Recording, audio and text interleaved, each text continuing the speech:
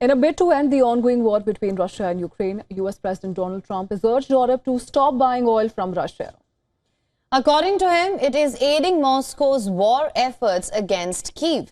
According to a White House official, the US president also pressurized Europe to put more economic pressure on China for funding Russia's war efforts. Now, during his video call at the Coalition of the Willing Countries summit led by French President Emmanuel Macron, furthermore, Ukrainian President Volodymyr Zelensky said that President Trump is very unhappy that Europe is purchasing Russian oil.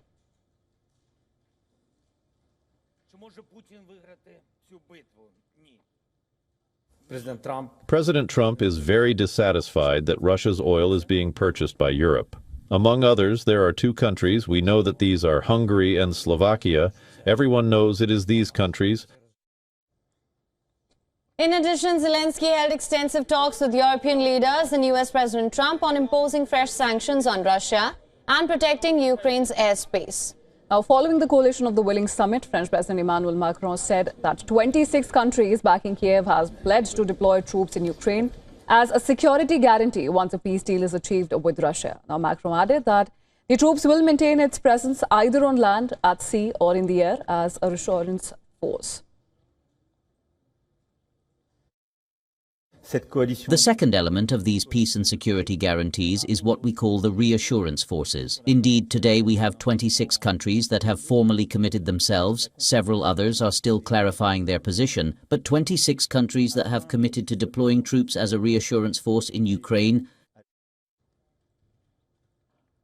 Macron also warned Russia that Europe will impose fresh sanctions if they continue to evade peace talks. If Russia continues to refuse concrete peace talks, which is the only conclusion that can be drawn from its choices and repeated options since last March, then we will impose additional sanctions in conjunction with the United States of America and provide clear responses to this refusal to move forward. This is also what President Trump expressed earlier during this call. Well, the French president also stated that the US is very clear about its willingness to participate in security guarantees for Ukraine. Now, he also added that US support for Ukraine's security guarantees would be finalized in the coming days. In the coming days, we will finalize US support for these security guarantees. The United States, as I said, has been involved at every stage of the process.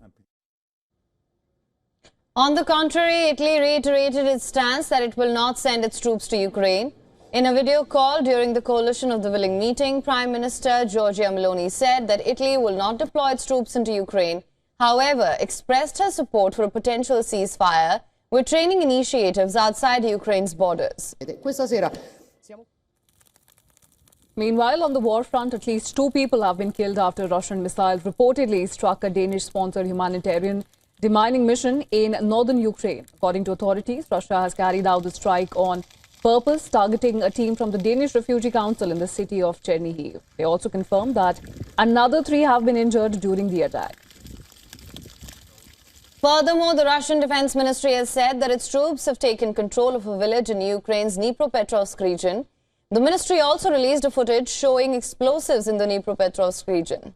In other developments, Russia removed an Estonian envoy in a tit-for-tat move after the Baltic nation expelled one of Russia's envoys for allegedly interfering in its internal affairs.